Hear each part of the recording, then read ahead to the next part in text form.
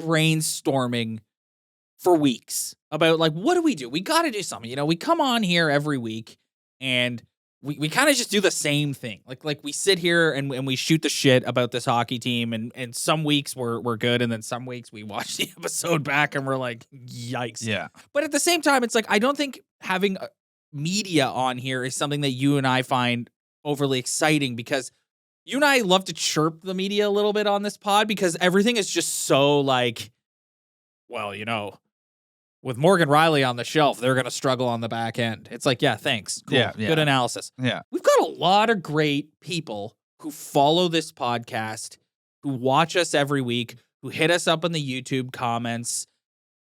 Let's talk to them. Each week, we're going to open it up to a Talkin Buds Leafs Show listener to send us a video giving us a hot take of what they want to hear or what they want to say. And then we'll discuss it.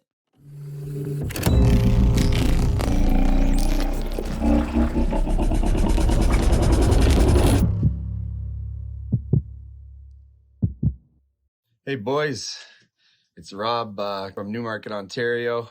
Been a Leaf fan my whole life and a Talkin Buds fan and listener since day one. Love what you boys are doing. It's a pleasure for me to come in here and give you my opinion on a couple things, I guess, or hot takes. First hot take will be Mitch Marner, the way he's been playing.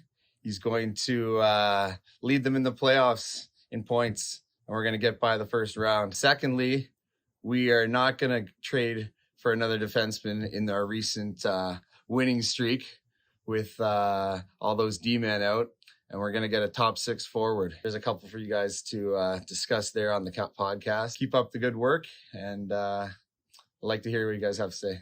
Huge thank you to Rob Eddington for sending that in. What a beauty. Great guy. Thank you so much again, buddy. Just wearing his Leaf jersey. Yeah, I know. True fan. Just a diehard. True fan. Love it. First take, Mitch Marner is going to lead the Leafs in points in the playoffs, and they're going to get through the first round.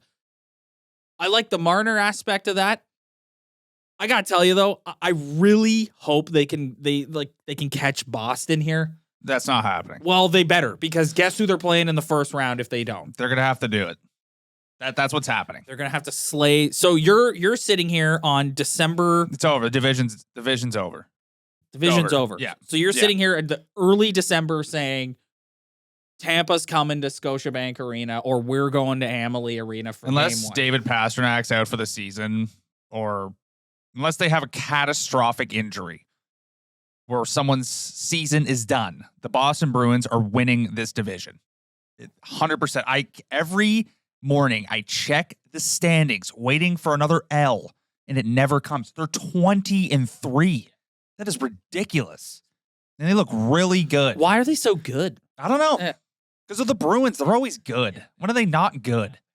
So it's just, I think we're kind of going towards what we think we're going towards. So we better be okay with it, because this team's not winning a division. And I hope Mitch Marner. Another Tampa. And I hope they go into Tampa, or Tampa comes to Toronto. And I hope Mitch Marner does. I hope one of these players finally has the series that we've been waiting for all these years. Who's going to take over the series?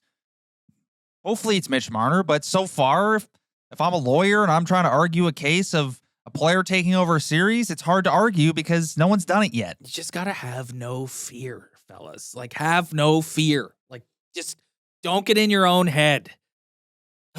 All right. Second take there, delivered by our buddy Rob, was given, like, you know, a lot of injuries on the back end, but they've played pretty well defensively. So as we head towards the trade deadline, they're not going to target more defensive depth. They're going to target a top 6 forward. I love that take, and I hope that's what they do. Yeah, we've had this conversation before. I don't think, first of all, I don't think they're getting anybody who's going to make a massive difference. They're going to get somebody as a depth piece. They're not going to get a top 6 forward. You don't think they're getting a top? How they get, like? But but it doesn't have. So if you look at, like, the depth chart of players around the league, are they going to go and get a guy who an expert would say is a top 6 forward? Maybe not. Probably not. Are they going to target a guy who can play on the left wing of that second line? That's what I hope they do, because it ain't Alex Kerfoot, and I would love nothing more than to see Nick Robertson settle in there, but my God, is he small.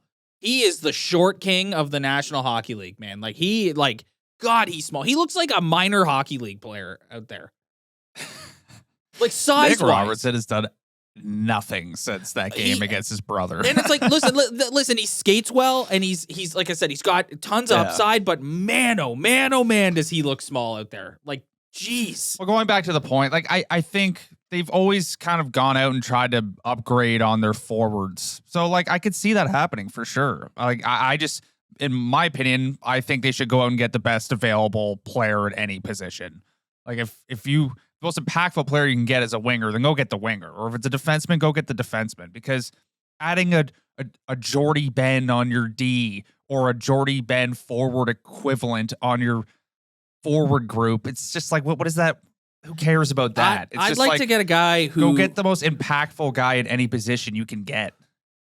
I'd like to get a guy who can make a bit of difference and hopefully play second line left wing, because I like I said, I worry about Nick Robertson size-wise, and I am ready to retire from watching Alex Kerfoot play hockey. I want them to go get a defenseman really badly. Really? Really badly. Okay. All right. I'm with Rob, and you're more on the... I like all these guys. I like their defense, but like, if they could just somehow get somebody somewhat impactful back there, especially a shutdown type of guy, to push Justin Holl down, to push everybody down. Like, that would be the biggest difference for me I would feel way more confident going into a playoff series, knowing that there's just an extra piece back there to defend against the Tampa Bay Lightning. Yeah, that's a good point.